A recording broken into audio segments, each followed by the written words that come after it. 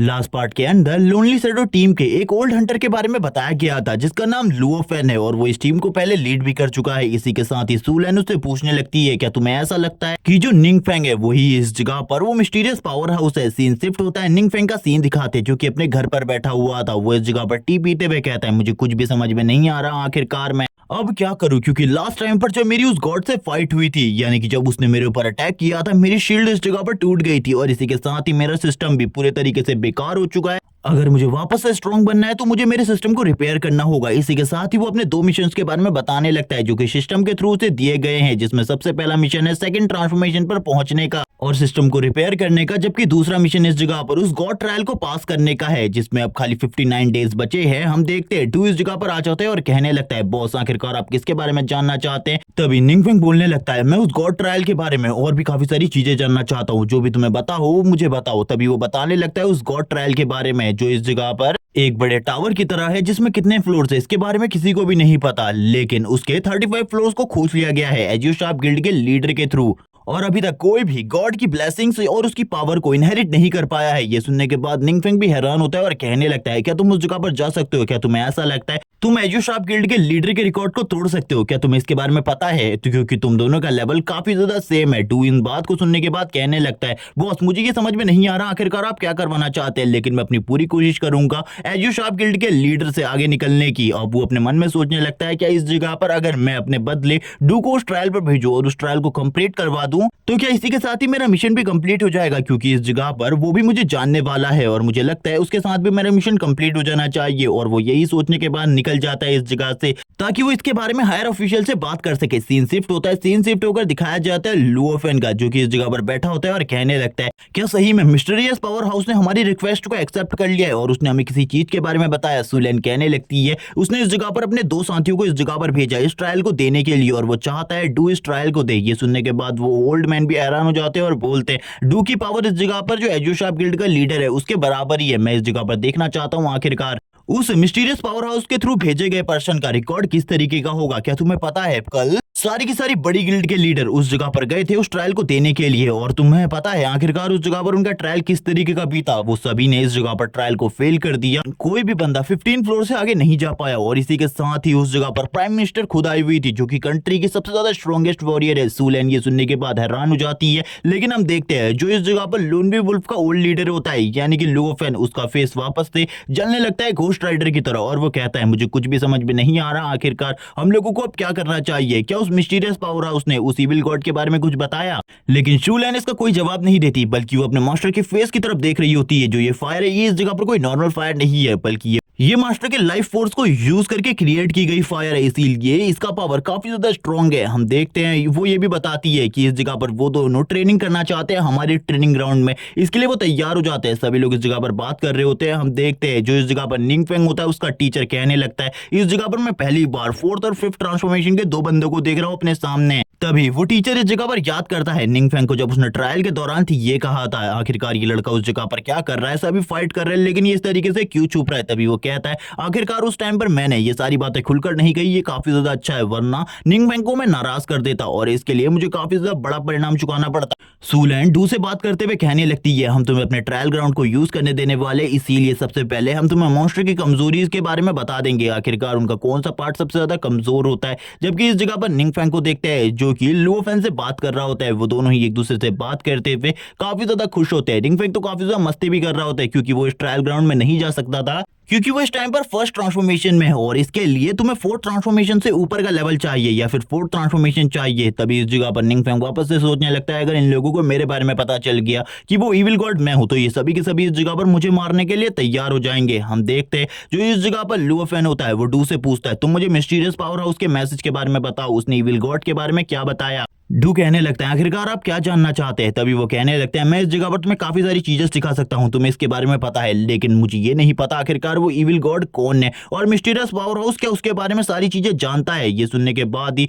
सभी लोग हैरान हो जाते हैं, सभी लोग इस जगह पर उन्हीं की बातों को सुन रहे होते हैं। सुलैन भी तुरंत ही अपने मास्टर की तरफ देखती है और डू से कहती है तुम्हें इस जगह पर मिस्टीरियस पावर हाउस ने क्या बताया उस इविल गॉड के बारे में। क्या वो इविल गॉड इस पूरे के पूरे वर्ल्ड को खत्म कर देगा? डू अपनी पुरानी बातों को याद करने लगता है जब उसने यही क्वेश्चन निंग फेंग से पूछा था। क्या वो इविल गॉड इस जगह पर इस पूरे के पूरे वर्ल्ड को तबाह कर देगा? तबकि निंग फेंग इस जगह पर सोच रहा होता है आखिरकार डू की टाइमिंग कितनी ज्यादा खराब हो सकती है। वो इस क्वेश्चन को इस जगह पर इविल गॉड से ही पूछ रहा है, वो भी उसी के सामने खड़ा होकर। ये किस तरीके का बेहुदा मजाक है तुम्हारा? हम देखते हैं अब इस जगह पर निंग फेंग सीरियस होते हुए कहता है, इस जगह पर चिंता करने की कोई भी जरूरत नहीं है जब तक मैं इस जगह पर मौजूद हूँ। अब डू भी इस जगह पर उन लोगों को इसी बारे में बताता है आखिरकार उसके मास्टर ने किस तरीके का उत्तर उसे दिया था, और वो उसी तरीके का आंसर इन सभी लोगों को भी देता है। ये सुनने के बाद सुलैन बोलती है, क्या वो बंदा इस जगह पर किसी गॉड से भी नहीं डरता? क्योंकि उसके सामने कोई नॉर्मल ह्यूमन नहीं बल्कि गॉड है। उसकी ऐसी बातें सुनने के बाद जो डू होता है वो कहने लगता है, मैं अपने बॉस के पावर लेवल के बारे में आप लोगों को बताता हूँ। लेकिन लुओ फैन इसके लिए मना करता है और कहने लगता है, हम इसके बारे में नहीं जानना चाहते। मैंने तुम्हारे बॉस उस मिस्टीरियस पावर हाउस के बारे में काफी सारी चीजें सुनी है, वो काफी ज्यादा स्ट्रॉन्ग है। लेकिन इसी के साथ ही हम सुलैन को देखते हैं जो बोलने लगती है, लेकिन मास्टर उसके सामने एक गॉड है, वो कोई नॉर्मल ह्यूमन नहीं बल्कि एक इविल गॉड है।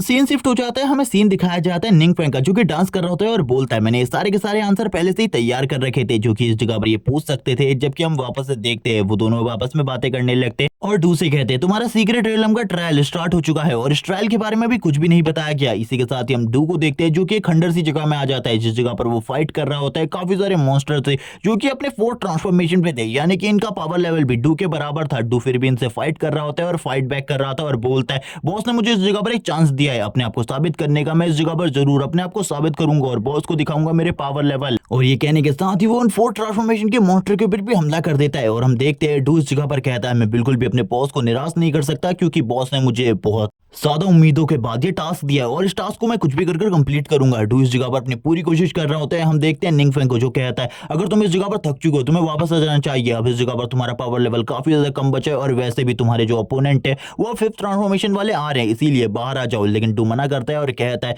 मैं अभी भी इस जगह पर जारी रखना चाहता हूँ, मेरे को इस जगह पर बिल्कुल भी नहीं रुकना। ये देखने के बाद सुलैन भी हैरान होती है और बोलती है, मैं भी डू के ही बराबर पावर लेवल पर हूँ लेकिन फिर भी मैं इस तरीके की चीजें नहीं कर सकती। जबकि लूफेन कहने लगता है, मुझे इस जगह पर अब समझ में आ गया मिस्टीरियस पावर हाउस किस तरीके का बंदा होगा जब उसका एक सर्वेंट ही इतनी ज्यादा मेहनत कर रहा है जबकि वो 5th ट्रांसफॉर्मेशन वाले फाइटर से भी फाइट कर सकता है। हम देखते हैं निंग फेंग को जो कह रहा होता है, वो इस जगह पर अपने आप को जबरदस्ती पुश कर रहा है, मैं ये नहीं चाहता, इसीलिए मुझे जल्दी इस जगह से निकलना होगा। उसके लिए कुछ नए मैजिक इक्विपमेंट्स को लेकर आना होगा ताकि उसकी हेल्प से वो अपनी पावर को और ज्यादा बढ़ा सके। और वो इन्हीं सारी चीजों के बारे में सोच रहा होता है और इस जगह पर अब बहाना सोचने लगता है आखिरकार वो लूफेन से क्या कहेगा। जबकि हम निंग फेंग को देखते हैं, निंग फेंग अभी भी इस जगह पर काफी ज्यादा बुरे तरीके से घायल होता है। वो एक जगह पर पड़ा हुआ था और कहने लगता है, मैं कुछ भी कर अपने बॉस को निराश नहीं कर सकता, मैं अभी इसे जारी रखूंगा। निंग फेंग इस जगह से जाते हुए कहता है, अब मैं इस जगह से जाना चाहता हूं, वैसे भी कुछ दिनों बाद मेरा एग्जाम है, इसीलिए अब मैं आप लोगों से विदा लेता हूं। और ये कहने के साथ ही वो इस जगह से निकल जाता है। बाहर आते हुए कहता है, 2 हफ्तों बाद मेरा स्कूल वापस से स्टार्ट हो रहा है, इसीलिए सबसे पहले मुझे अपने सारे के सारे मसलों को जल्दी से जल्दी खत्म करना होगा वरना बाद में मेरे पास कोई भी मसला नहीं रहेगा। तभी उसे याद आता है 2 सीक्रेट रियलम के बारे में जिस जगह पर जाकर वो उन दोनों डंजन को खत्म कर सकता है और उन डंजन में जितने भी आइटम मिलेंगे उसको डू के लिए यूज कर सकता है। और ये कहने के साथ ही वो अपनी फ्लाइंग मैजिक स्क्रोल को बाहर निकाल लेता है और इसकी हेल्प से तुरंत ही इस जगह से निकल जाता है। इसका यूज करते हुए उसकी स्पीड काफी ज्यादा तेज होती है और वो थोड़ी ही देर में अपने ड्रेसअप में आते हुए कहता है, चलो ठीक है, अब मैं उस जगह पर आ चुका हूँ जिस जगह पर मुझे आना चाहिए था, यही वो डंजन होना चाहिए जिसके अंदर जाके मुझे अपने बाकी के सारे काम करने होंगे, यानी कि डू के लिए मुझे सारे के सारे इक्विपमेंट इसी जगह से मिल सकते हैं। और ये कहने के साथ ही वो हंसने लगता है और बोलता है, मुझे इस जगह से कोई ज्यादा माना पावर तो फील नहीं हो रही लेकिन फिर भी मुझे इस जगह पर जाना चाहिए। लेकिन तभी वो नीचे पड़े हुए काफी सारे वेपन्स को देखता है और उसे पता चलता है इस जगह पर पहले भी काफी ज्यादा टाइम पर बैटल हो चुकी है, यानी कि इंसानों ने इस जगह को ढूंढ लिया है लेकिन ऑफिशियली इसका कोई भी रिकॉर्ड नहीं है, इसीलिए वो इस जगह पर आकर फाइट कर सकता है। और हम देखते हैं वो तुरंत ही उस डंजन के अंदर आ जाता है। डंजन के अंदर का सीन दिखाते हैं जिस जगह पर जो मॉन्स्टर होते हैं उन्होंने ह्यूमन को बंदी बना लिया था। वो कहने लगते हैं, थोड़ी ही देर में हम लोगों के डीमन लॉर्ड बाहर आने वाले हैं, इसके बाद ये पूरा का पूरा डंजन ब्रेक भी स्टार्ट हो जाएगा और हम लोग इस डंजन से बाहर निकलकर सारे के सारे ह्यूमंस को मार डालेंगे। हम देखते हैं काफी सारे ह्यूमन को जो कि डीमंस के साथ हो गए हैं वो भी इस जगह पर मौजूद होते हैं और वो भी जोर जोर से हंस रहे होते हैं और ह्यूमंस को मार रहे थे। जबकि इस जगह पर उनमें से कुछ बंदों को पता चल जाता है फ्लाइंग कारपेट का यूज करते हुए कोई बंदा इस जगह पर आ चुका है और ये फ्लाइंग स्क्रोल वाला बंदा कोई नॉर्मल बंदा नहीं है, इसका पावर लेवल भी अच्छा खासा है, इसीलिए इससे फाइट करने में उन लोगों को डिफिकल्टी का सामना भी करना पड़ सकता है। लेकिन हम देखते हैं जो इस जगह पर ह्यूमन होता है वो कहने लगता है, हम लोगों को डरने की की कोई भी जरूरत नहीं है, चाहे वो कितना ही ज्यादा पावरफुल क्यों ना हो, वो हमारे डीमन किंग के सामने बिल्कुल भी नहीं टिक पाएगा। जैसे ही हमारे डीमन किंग बाहर आएंगे, हम लोग बाहर की दुनिया पर हमला कर देंगे और इसी के साथ ही वो लोग नारे लगाना स्टार्ट कर देते हैं अपने डीमन किंग के नाम के। जबकि हम देखते हैं इस जगह पर जो इस मॉन्स्टर आर्मी का लीडर होता है वो कहने लगता है बॉस के आने के लिए तैयारियां स्टार्ट करो, क्योंकि हम बॉस को इस जगह पर बिल्कुल भी निराश नहीं कर सकते। जबकि हमें ह्यूमंस की काफी सारी लाशें दिखाई जाती है जिनको इस जगह पर इन लोगों ने मार दिया था। तभी हमें सीन दिखाते हैं एक ब्लूटूथ बॉक्स का, जिस जगह पर एक बंदा इन सारी चीजों को सुन रहा होता है और कहने लगता है जल्दी से जल्दी इस जगह पर मॉन्स्टर आने वाले हैं, हम लोगों को कुछ भी करके इन्हें रोकना होगा। अब तक हम 4 रेड उस जगह पर कर चुके हैं और हमारी ये चौथी टीम थी, वो भी मारी जा चुकी है। अब हम लोगों को क्या करना चाहिए? इनकी टीम का जो लीडर होता है वो कहने लगता है तुम लोग जल्दी इस जगह से निकलो और इसके बारे में बाहर सभी लोगों को बता दो और ऑफिशियल्स को लेकर इस जगह से सारे के सारे सिटीज को खाली करवाओ। लेकिन तभी वो दोनों पूछने लगते हैं, बाकी दोनों पूछने लगते हैं आखिरकार बॉस आप इस जगह पर क्या करेंगे, आपको भी हमारे साथ चलना चाहिए। लेकिन उनका बॉस कह रहा होता है अगर इस जगह पर मॉन्स्टर काफी ज्यादा स्ट्रांग हुए तो मैं रोकने की कोशिश करूंगा और तुम लोगों के लिए थोड़ा बहुत टाइम बाय करूंगा। तुम लोगों को मेरे बारे में चिंता करने की जरूरत नहीं है, मैं इस जगह पर अपना ख्याल रख सकता हूँ। लेकिन उस बंदे को इस जगह पर पता था कि वो इस जगह पर मरने वाला है और कुछ भी नहीं होगा उसके साथ, क्योंकि वो इतना ज्यादा स्ट्रांग बिल्कुल भी नहीं है कि वो किसी का सामना कर सके। इतने पावरफुल मॉन्स्टर का सामना जिनके सामने यहाँ पर उनकी कुछ टीमें भी नहीं टिक पाई। और ये कहने के साथ ही वो उन सभी से निकलने को कहता है, लेकिन वो बिल्कुल भी नहीं जा रहे होते। अपने बॉस का साथ वो नहीं छोड़ना चाहते थे, लेकिन वो कहता है इस जगह पर जो मेरी मौत है वो करीब आ चुकी है, तुम लोगों को इस जगह पर चले जाना चाहिए। लेकिन मुझे ऐसा बिल्कुल भी नहीं लगा था कि ये सारी चीजें आज के दिन होंगी। और इसी के साथ ही वो उन लोगों को जाने को कहता है, लेकिन वो लोगों में से कोई भी नहीं जा रहा होता क्योंकि उनका बॉस हमेशा उनका ख्याल रखा करता था। लेकिन आज उन लोगों को अपने बॉस को छोड़कर जाना था और टीम लीडर अब इसी जंगल में रुक जाता है इन सारे टाइमों का वेट करने के लिए। जबकि वो इस जगह से भाग रहे होते हैं और कहने लगते हैं बॉस हम आपको छोड़कर नहीं जाना चाहते थे। उनका बॉस भी ऊपर की तरफ देखते हुए कहता है ये सारी चीजें आज ही के दिन होनी थी, मैं बिल्कुल भी नहीं चाहता था ये चीजें आज के दिन हो। और उसे तुरंत ही एक कॉल आता है जिसे वो पिक कर लेता है, जो कि उसकी बेटी का होता है। वो उसे पिक करते हुए कहती है फादर आप कहाँ हैं, आपको जल्दी से जल्दी घर आना होगा। लेकिन उसके फादर उसे अपने काम के बारे में बताते हैं और तुरंत ही कॉल काट देते क्योंकि वो ज्यादा बात नहीं करना चाहते थे, क्योंकि थोड़े ही टाइम बाद उनकी डेथ होने वाली थी, मॉन्स्टर वेव उस जगह पर आने वाली थी। लेकिन उनकी बेटी का कॉल फिर से आता है, वो इस जगह पर कहने लगते तुमने मुझे दोबारा से कॉल क्यों किया। तभी वो बताती है मैं आपको कुछ कहना चाहती हूँ। और इसी के साथ ही वो बताती है फादर आज आपका बर्थडे है, और वो उन्हें बर्थडे विश करती है। ये सुनने के बाद ही वो रोने लगते हैं और कॉल को कट कर देते हैं, जबकि बाकी की पूरी टीम इस जगह से निकल रही होती है ताकि वो आसपास के सारे सिटीज को खाली करवा सके। लेकिन वो अभी भी बॉस के लिए काफी ज्यादा चिंतित होते हैं और कहने लगते हैं क्या बॉस इस टाइम पर ठीक होंगे। लेकिन फिर भी वो इस जगह पर अपने बॉस के बारे में ही सोच रहे थे। तभी हमारा सीन शिफ्ट होता है, उनका बॉस भी अपनी बेटी की बातें सुनने के बाद काफी ज्यादा रो रहा होता है। इसी के बाद ही डंजन के अंदर पर सीन शिफ्ट होता है, जिस जगह पर डंजन के अंदर की हालत बिल्कुल भी सही नहीं होती है, क्योंकि उस जगह पर जो उन सभी का लीडर होता है वो हंस रहा होता है। जबकि हमें काफी सारे मॉन्स्टर्स को दिखाया जाता है जिनको इस जगह पर निंगफेंग ने जमा दिया होता है और उनकी हालत काफी ज्यादा खराब होती है। निंगफेंग धीरे धीरे करके आगे बढ़ रहा था, तभी उसे एक बुक मिलती है जिसका यूज करके वो इस जगह पर चारों तरफ की चीजों को बर्फ में जमा सकता था। और वो इस चीज को देखकर काफी ज्यादा खुश होता है और बोलता है इस जगह पर आना मेरा बहुत अच्छा डिसीजन था, मैंने अपने लेवल को 37 लेवल तक बढ़ा लिया, ये काफी ज्यादा अमेजिंग है, मैं जल्द ही इस जगह पर सेकंड ट्रांसफॉर्मेशन में पहुंच सकता हूं। और वो इसी तरीके की बातें कर रहा होता है और धीरे धीरे कर आगे बढ़ने लगता है, क्योंकि उसे अभी भी इस जगह पर काफी सारे और मैजिक हासिल करने थे। सारे के सारे डीमंस अपने डीमन गॉड के इस जगह पर आने का वेट कर रहे होते हैं, उनके सामने बो डाउन करके बैठे होते हैं ताकि वो उन्हें रिस्पेक्ट दे सके। लेकिन इसी के साथ ही हम देखते हैं निंगफेंग इस जगह पर उस पोर्टल से निकलता है और कहने लगते हैं आखिरकार इस जगह पर क्या चल रहा है, उसे कुछ भी समझ में नहीं आ रहा होता। वो सामने की तरफ देखने लगते हैं मॉन्स्टर्स को, वो इन सारी चीजों को देखकर पूरे तरीके से हैरान हो जाते हैं, आखिरकार ये मॉन्स्टर उसके सामने क्यों झुक रहे हैं। वो मॉन्स्टर तभी उठ जाते हैं और कहने लगते हैं क्या तुम इस जगह पर डीमन लॉर्ड हो। तभी वो इस जगह पर बोलता है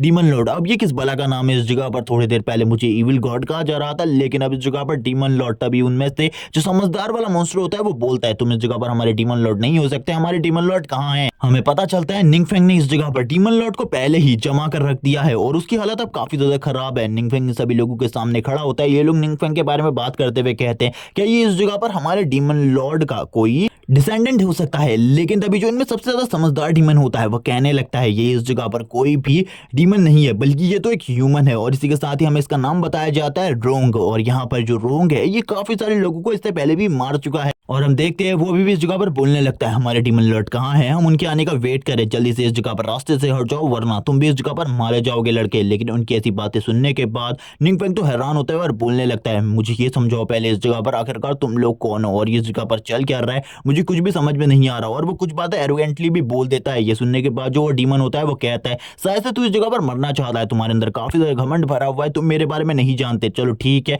अब मैं तुम्हें अपने बारे में बताता हूँ, मैं ब्लड डीमन हूँ और अब तुम मेरे हाथों से मरने वाले हो। और सभी से वो इस जगह पर कहता है तैयार हो जाओ। इसे मारने के लिए। लेकिन तभी निंगफेंग अपनी पावर शो करता है और वो अपनी फॉरबिडन स्पेल्स की पावर्स को यूज करने लगता है और कहता है अब तुम्हें इस जगह पर पता चलेगा आखिरकार मेरा पावर लेवल किस तरीके का है। और वो तभी कुछ स्किल्स का यूज करने लगता है जिसके अकॉर्डिंग वो किसी भी बंदे के कमजोर पॉइंट्स को इजीली ढूंढ सकता है। और अब वो इस जगह पर इस ब्लड डीमन के कमजोर पॉइंट को ढूंढ लेता है और इसके बारे में बताया जाता है गलत तरीके की टेक्निक को यूज करने की वजह से इस जगह पर एक बहुत बड़ा घाव है। अगर तुम इस जगह पर हमला करते हो इसकी हालत पूरे तरीके से खराब हो जाएगी। लेकिन ब्लड डीमन को अभी भी कुछ समझ में नहीं आ रहा होता। उसे तो ये भी समझ में नहीं आ रहा था कि उसके सामने कोई नॉर्मल इंसान बिल्कुल भी मौजूद नहीं बल्कि एक इविल गॉड है जिसका पावर लेवल का सामना उनमें से कोई भी नहीं कर सकता। ये सुनने के साथ ही अब निंगफेंग कहता है चलो ठीक है आ जाओ इस जगह पर, अब मैं तुम्हें अपना रियल पावर लेवल दिखाऊंगा। ये सुनने के साथ ब्लड डीमन बोलता है तुम्हारे जैसे काफी सारे इंसानों को मैंने अभी तक मारा है और आज से पहले कभी भी किसी ने भी मेरे सामने इस तरीके से बात नहीं करी। तुमने इस तरीके से बात करी है तुम्हें इसकी जरूर सजा मिलेगी। लेकिन इसी के साथ ही चारों तरफ डार्कनेस छा जाती है और ये सारी चीजें हो रही थी निंगफेंग की पावरफुल स्किल की वजह से। निंगफेंग कहता है अब तुम्हें इस जगह पर कैसा लग रहा है, कैसा लग रहा है इस जगह पर? जैसे तुम ह्यूमंस को मारा करते थे वैसे ही अब ह्यूमन इस जगह पर तुम्हें मारेंगे। और इसी के बाद ही सारे के सारे डीमन काफी ज्यादा घबरा जाते हैं। ऊपर की तरफ एक बहुत ज्यादा खतरनाक स्ट्राइक को देखकर जो ब्लड डीमन होता है उसके कंधे के ऊपर एक स्ट्रॉन्ग अटैक होता है। ब्लड डीमन भी इस अटैक को देख नहीं पाता। वो कहता है आखिरकार ये अटैक किसने किया, क्या ये अटैक उसी लड़के ने किया है? मुझे लगता है वो लड़का सही में काफी ज्यादा स्ट्रॉन्ग था इसीलिए वो इस तरीके से एरोगेंटली बात कर रहा था। निंगफेंग कहता है ये तो मेरी स्किल की वजह से, जिस स्किल का यूज करते हुए मैंने ये चीजें करी है, चीजें बहुत ज्यादा अमेजिंग है, मुझे इन चीजों को करने में काफी ज्यादा मजा आता है। और वो इसी तरीके की बातें कर रहा होता है। सीन शिफ्ट हो जाता है, सीन दिखाया जाता है फॉरेस्ट के अंदर जिस जगह पर काफी लंबा टाइम बीत चुका था और वो हंटर अभी भी इसी जगह पर मौजूद होता है। वो कहने लगता है अभी तक मुझे कोई भी खबर नहीं मिली, उस जगह से कोई भी हमलावर टीम मॉन्स्टर्स की इस जगह पर नहीं आई। मैं अब उस जगह पर जाकर चेक करने वाला हूँ, अगर उस जगह पर कुछ खतरा होता है तो मैं बिल्कुल भी वापस नहीं आ पाऊंगा, तुम्हें ये समझ जाना होगा। और इसी के साथ ही वो निकल जाता है उस माउंटेन की तरफ, जबकि उसे पता था अगर वो उस माउंटेन के अंदर जाता है तो वो पक्का मारा जाएगा। लेकिन अब वो उस डंजन के अंदर खुद जाने वाला था और देखने वाला था सब कुछ क्या चल रहा है उस जगह पर। और वो धीरे धीरे कर आगे बढ़ रहा होता है, वो काफी ज्यादा घबरा रहा होता है। लेकिन जैसे ही वो मेन लोकेशन पर पहुंचता है उसकी हालत भी खराब हो जाती है। सारे के सारे डीमन मारे गए होते हैं। वो कहने लगता है सारे के सारे मॉन्स्टर्स को मार दिया गया है, जो इन सभी में सबसे ज्यादा पॉपुलर मॉन्स्टर था यानी कि ब्लड डीमन, वो भी मारा जा चुका है। ये सुनने के बाद वो डर जाते हैं और कहते हैं आखिरकार ये काम किसने किया होगा। लेकिन इसके बारे में तो वो भी नहीं जानता। वो बोलता है ये काम किसने किया इसके बारे में नहीं जानता, लेकिन अभी मुझे जल्दी से जल्दी इसके मेन बॉस को ढूंढना होगा, यानी कि इस डंजन के मेन बॉस को, और उसे खत्म करना होगा अगर वो अभी तक नहीं मरा है। जब वो आगे बढ़ रहा होता है तभी उसे निंगफेंग की जमाई हुई बर्फ दिखाई देती है और वो इसके बारे में बताता है काफी सारे मॉन्स्टर बर्फ में जम चुके। ये सुनने के बाद वो और भी ज्यादा हैरान होते हैं क्योंकि उनके पास कोई भी ऐसा हंटर नहीं था जो कि चीजों को फ्रीज कर सकता है, यानी कि ये काम उनके हंटर का बिल्कुल भी नहीं हो सकता। तभी वो एक जगह पर पहुंच जाता है और उस जगह पर पहुंचने के बाद उसकी हालत भी खराब हो जाती है। जब वो आसपास जमे हुए मॉन्स्टर को देखने लगता है तभी उसकी नजर पड़ती है डीमन गॉड के ऊपर और वो कहता है इस एरिया का बॉस भी इन्हीं बर्फों में जमा हुआ है, लेकिन मैं ये नहीं बता सकता कि ये जिंदा है या फिर मर चुका है अभी तक। लेकिन मेरे ख्याल से ये मारा जा चुका है क्योंकि इसको मारने के बाद कोई भी एक्सपीरियंस पॉइंट नहीं मिलने वाले मुझको। और इसी के साथ ही वो भी काफी ज्यादा हैरान होता है और कहने लगता है ये सारी चीजें किसने करी इसके बारे में किसी को भी नहीं पता। और हम देखते वो इन सारी चीजों को बताते हुए भी काफी ज्यादा डर रहा होता है, लेकिन फिर भी वो डंजन के अंदर जाने लगता है और चीजों को चेक कर रहा होता है। बाहर उसके साथ ही भी काफी ज्यादा हैरान होते हैं इन बातों को सुनकर और ये पार्ट इसी जगह पर एंड हो जाता है। नेक्स्ट पार्ट में हमें निंगफेंग को गॉड ट्रायल देते हुए दिखाया जाएगा। क्या वो इस जगह पर गॉड ट्रायल देगा या फिर उसके बदले डू ही इस गॉड ट्रायल को पास करेगा? अगर इस चीजों को देखना चाहते हो चैनल को सब्सक्राइब कर दो, वीडियो को लाइक कर दो, कमेंट करके जरूर बताना वीडियो कैसी लगी। Okay bye guys.